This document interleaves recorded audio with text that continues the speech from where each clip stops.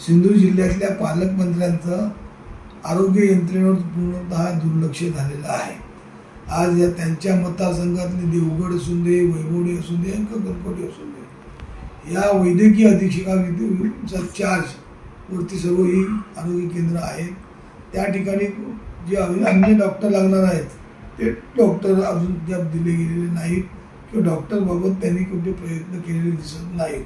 त्यामुळे येणाऱ्या आता सीझनमध्ये लोकांना लागणारे डॉक्टर, लोकांना लागणाऱ्या आज खाजगी डॉक्टरांची जनतेला परवडणारं नाही आहे। या सरकारने केलेली महागाई आणि या सरकारने असलेली सर्व महागाईमुळे आणि आरोग्याचा खर्च करण्याकरता जनतेकडे आता पैसा राहिलेला नाही आहे।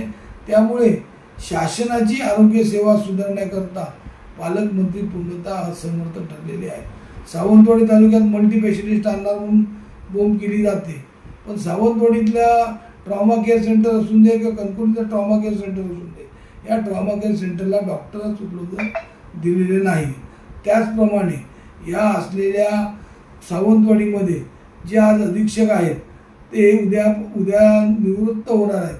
निवृत्त झाल्यानंतर तेही डॉक्टर त्या ठिकाणी उद्या चार्जवरती असणार। तिथे 12 डॉक्टर कमी आहेत, कणकवलीमध्ये डॉक्टर कमी आहेत, अशा पद्धतीने कुडाळमध्ये डॉक्टर कमी आहेत, वेंगुर्ल्यात कमी आहेत, मालवणमध्ये कमी आहेत। अशा पद्धतीने जिल्ह्यातल्या आरोग्याचा खेळखंडोबा या जिल्ह्याच्या पालकमंत्र्यांनी केलेला आहे।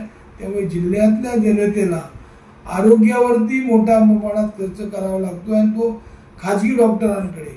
आज स्वतःचे असलेलं खाजगी हॉस्पिटल त्या ठिकाणी पण चांगली सुविधा मिळत नाही। अनेक लोकांच्या तक्रारी आहेत की त्या ठिकाणच्या असलेल्या हॉस्पिटलमध्ये कोणत्याही प्रकारची पेशंटला बिलं दिली जात नाहीत। ती बिलं देतात ती फक्त त्यांच्या जे क्लेम करायचे त्यांना देतात, पण सर्वसामान्य माणसांना बिल दिले जात नाहीत। म्हणजे त्यांच्या हॉस्पिटलमध्ये आरोग्याचा बट्ट्याबोळ आहे। सिंधुदुर्ग जिल्ह्यातील मेडिकल कॉलेजमध्ये जे स्टाफ टेम्पररी स्टाफ दिले आहेत ते बरेचसे आपले कार्यकर्ते भरलेले आहेत, त्यामुळे तेही तिथे आरोग्य सुविधा द्यायला असमर्थ ठरलेले आहेत। अशाच पद्धतीने आरोग्याकडे पालकमंत्र्यांचं पूर्णतः दुर्लक्ष करून जनतेच्या आरोग्याच्या विषयावरती पालकमंत्री पूर्णपणे असक्षम ठरलेले आहेत।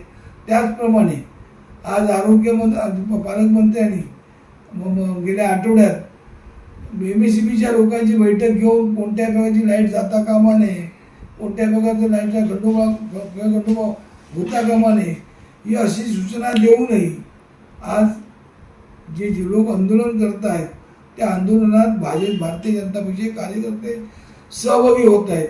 म्हणजे त्या भारतीय जनता पक्षाच्या कार्यकर्त्यांना पण आता जळ पोचते आहे की आरोग्याच्या बाबतीत असलेल्या MSCBच्या बाबतीत जे जबरदस्ती मीटर लावले अदानीचे, त्या मीटरच्या बाबतीत आज जनतेला जी जळ पोचावी लागते त्या ठिकाणी पालकमंत्र्यांची पूर्णपणे MSCBच्या अधिकाऱ्यांनी अगदी दिलेल्या आदेशाला केराची टोपली दाखवलेली आहे। त्यामुळे पालकमंत्र्यांचं कोणताच अधिकारी ऐकत नाही हे यातून निष्पन्न होत आहे। त्यामुळे जिल्ह्यातल्या जनतेने आता पालकमंत्र्यावरती किती विश्वास ठेवावा। पालकमंत्री नको त्या ठिकाणी उधळपट्टी करत आहेत, नको त्या ठिकाणी पैसे खर्च करत आहेत। जसे रोरो बोट सेवेला खाजगी बोट जी आहे त्या बोटीला 2,93,00,000 रुपये डिझेल खर्चासाठी दिले। याचाच अर्थ पालकमंत्र्यांना जिल्ह्यातल्या नागरिकांचं सोयीसूतक नाही, जिल्ह्यातल्या नागरिकांचं भविष्य की जिल्ह्यातल्या युवकांचं भविष्य बाबत कोणत्याही प्रकारची काळजी पालकमंत्र्यांना नाही।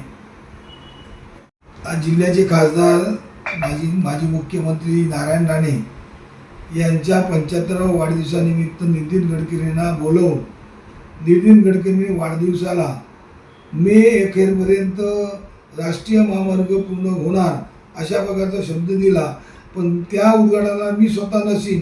त्याचवेळी आम्ही समजून गेलो होतो की मे अखेरपर्यंत रस्ता होणार नाही।